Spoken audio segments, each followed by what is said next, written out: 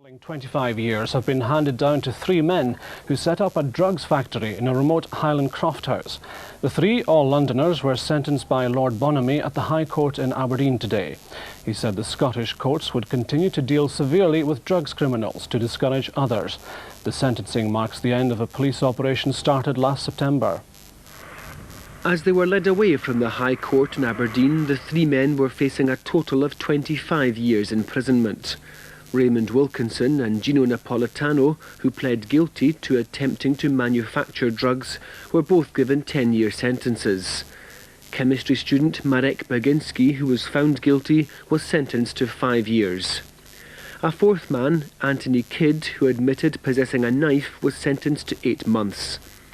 It was at the beginning of last October that the gang began their attempt to make the so-called disco drugs amphetamine and methylamphetamine.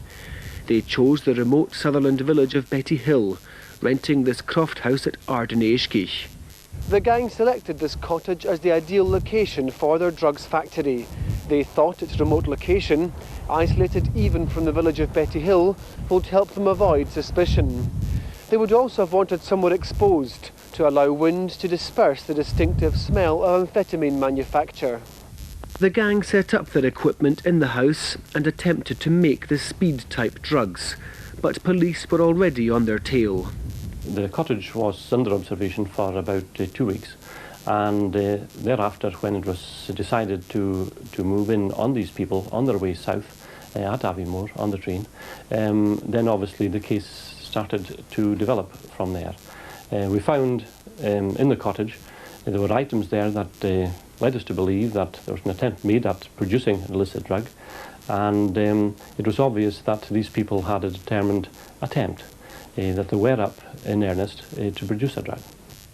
Meanwhile, in their Highland bolt hole, things were not going well for the gang members. Marek Baginski, their chemist, bungled the first stage of the drug-making process, making the wrong chemicals. On the train south to pick up more supplies, he and Napolitano were arrested by police.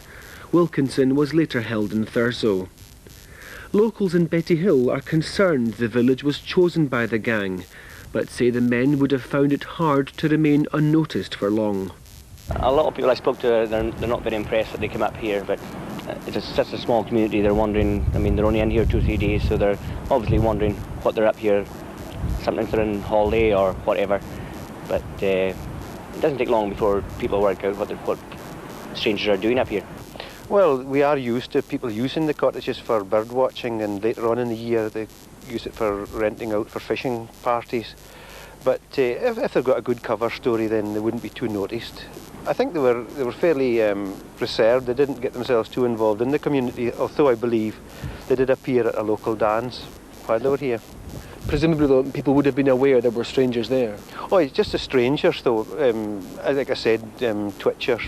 But they wouldn't have suspected that anyone was going to be opening a drugs factory in the area. Passing sentence on the gang, Lord Bonamy told them the Scottish courts would continue to deal severely with drugs criminals to deter others. North Police have echoed that message, saying the Highlands should not be seen as a soft target. Well, the good news about Betty Hill, if there is good news, was that it was outsiders coming in to manufacture drugs for sale outside the Highlands. So it wasn't a Highland problem, it wasn't going to impact on the Highlands. The issue for me is to make sure that people don't believe that the Highlands and Islands of Scotland are safe havens to come and manufacture drugs illegally.